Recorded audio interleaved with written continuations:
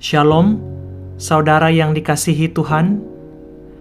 Hari ini kita akan merenungkan firman Tuhan dari Kisah Para Rasul, pasal 1 ayat 8.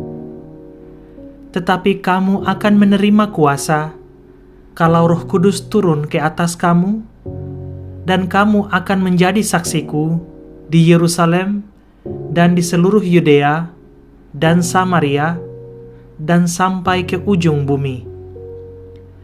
Ayat ini adalah janji terakhir Yesus kepada murid-muridnya sebelum ia naik ke surga. Murid-murid saat itu masih merasa takut, masih bingung, masih belum memahami sepenuhnya apa yang akan mereka hadapi. Namun Yesus tidak menyuruh mereka mengandalkan kekuatan sendiri. Yesus menjanjikan sesuatu yang lebih besar, kuasa Roh Kudus.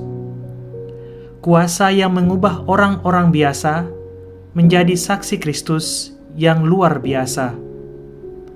Dan hari ini kita akan belajar bahwa Tuhan juga memanggil kita untuk hidup dalam kuasa Roh Kudus setiap hari. Saat Tuhan memberi panggilan, Tuhan juga memberi perlengkapan.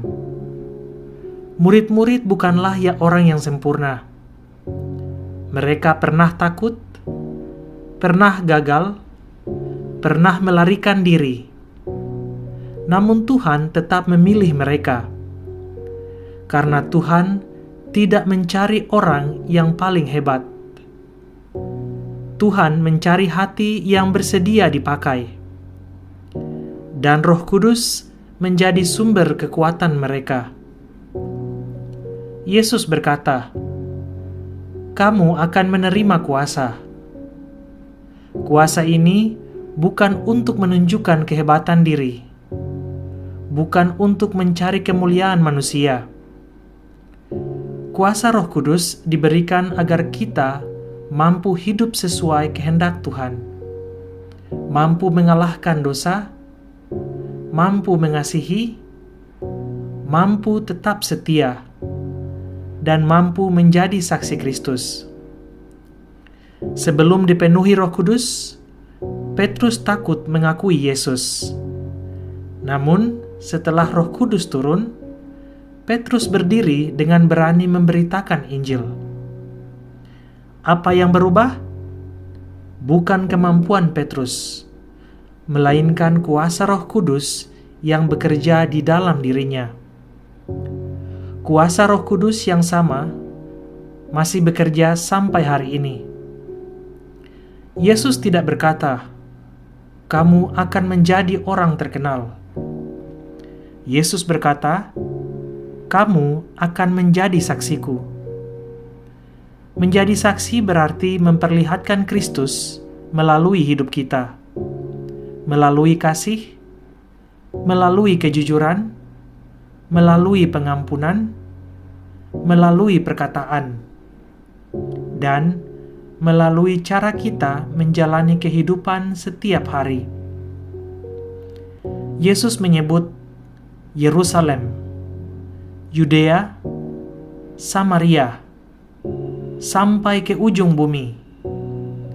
Artinya, kesaksian dimulai dari tempat terdekat, keluarga, tempat kerja, sekolah, lingkungan sekitar.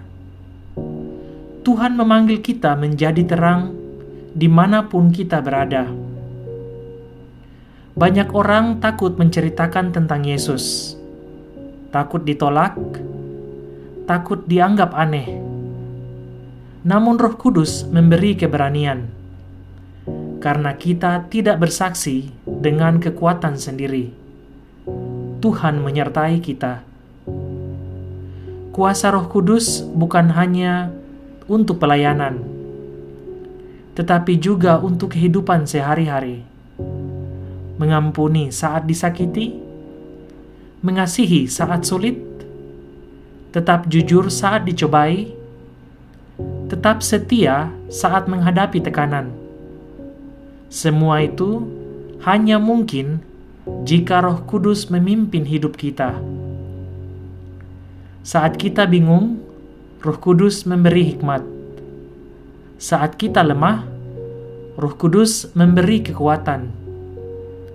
Saat kita sedih, Roh Kudus menghibur. Ia bukan sekedar kuasa. Ia adalah penolong yang selalu menyertai orang percaya. Dunia saat ini dipenuhi ketakutan, kebencian, keputusasaan. Karena itu, dunia membutuhkan orang percaya yang memancarkan kasih Kristus. Bukan hanya melalui kata-kata, tetapi melalui kehidupan yang dipenuhi Roh Kudus.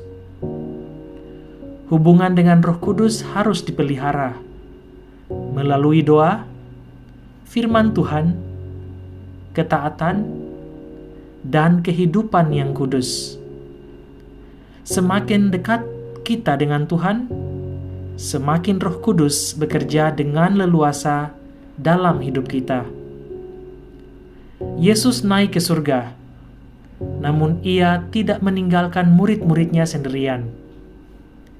Ia mengutus Roh Kudus, dan sampai hari ini, Roh Kudus tetap bekerja di dalam gereja, menguatkan, memimpin, dan memperlengkapi setiap orang percaya.